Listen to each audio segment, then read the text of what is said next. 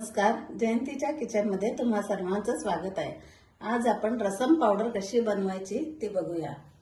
इथे मी 1.5 किलो सुक्या मिरच्या घेतले, 1 किलो धणे, पाऊण किलो जिरं, 1 वाटीने अर्धा वाटी मेथी, साजिरा अर्धा वाटी, हळकुंड अर्धा वाटी पूड करून घेतले, गसगस अर्धा वाटी, वेलदोड्याची सालं काढून घेतले, फक्त सालं घ्यायची, मराठ मोगो, दालचिनी, मिरी आणि मोहरी, हिंग।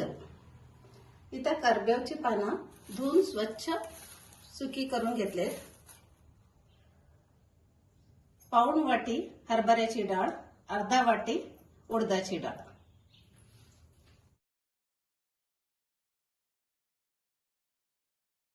आता हे आपण थोडंसं तेल घालून एक क्लिक करून सर्व भाजून घेऊया। पहिल्यांदा आपण धणे घालून घेऊया। बारीक गॅस करून त्यावर मंद आचेवर सावकाश धणे भाजून घेऊया।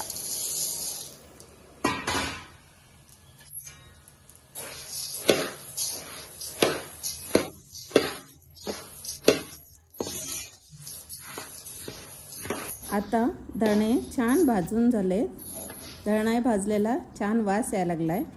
आता आपण धणे काढून घेऊन जिरं घालूया।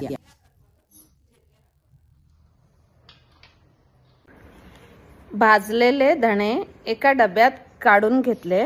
आता जिरं घालूया, जिरं छान भाजून घेऊया।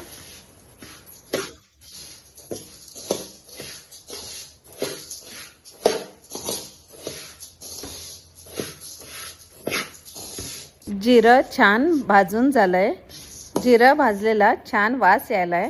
आता डब्यात काढून घेऊन आपण उरलेलं सामान भाजून घेऊया। आता आपण हळकुंड भाजून घेऊया। हळकुंड पूड करून घेतलेली आहे। आपण हे सर्व सिमवर भाजून घेऊया। हळकुंड भाजून झाले, आता आपण मोहरी भाजून घेऊया।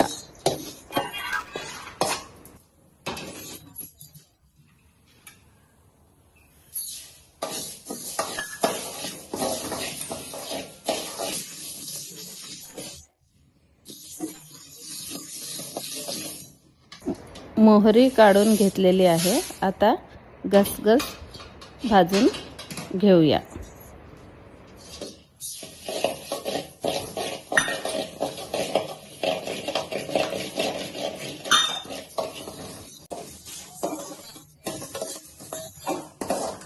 आता गसगस भाजून झाले। आता थोडंसं तेल घालून त्यात हिंग भाजून घेऊया।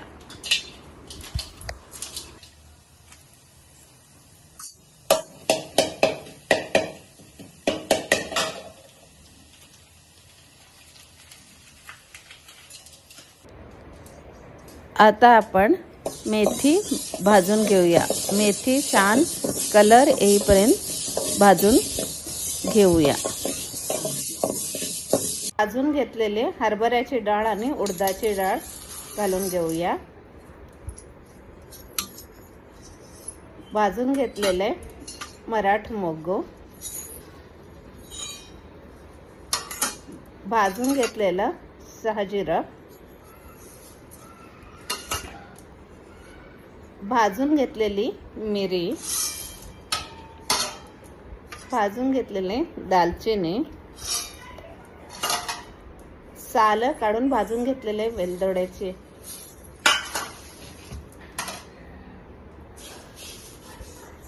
करबेव छान भाजून घेतलाय, कुरकुरीत झालाय।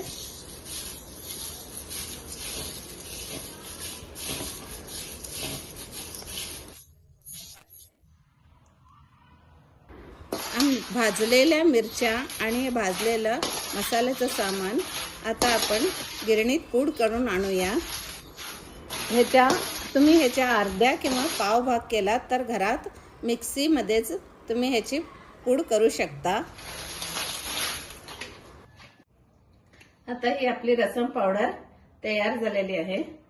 ही रसम पावडर तुम्ही इडली सांबारलाही वापरू शकता किंवा कोणत्याही सारला वापरू शकता. टोमॅटो सार किंवा पोळीचा सार करू शकता. हा व्हिडिओ जर तुम्हाला आवडला असेल तर लाईक, शेअर अँड सबस्क्राईब करा.